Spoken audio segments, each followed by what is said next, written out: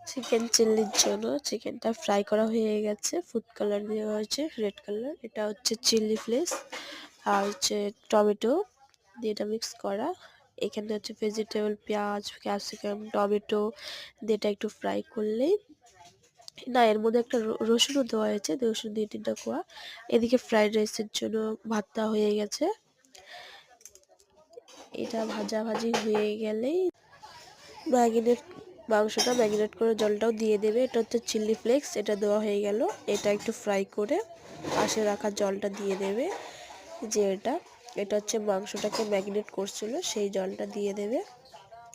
আর পরের পার্টটা দেখার জন্য আমার পেজটাকে সাবস্ক্রাইব করতে হবে, যাতে কি আমার ভিডিওটা তোমার কাছে অনেক তাড়াতাড়ি চলে যায়। তো চলো বাই, পরের পার্টটা দেখার জন্য।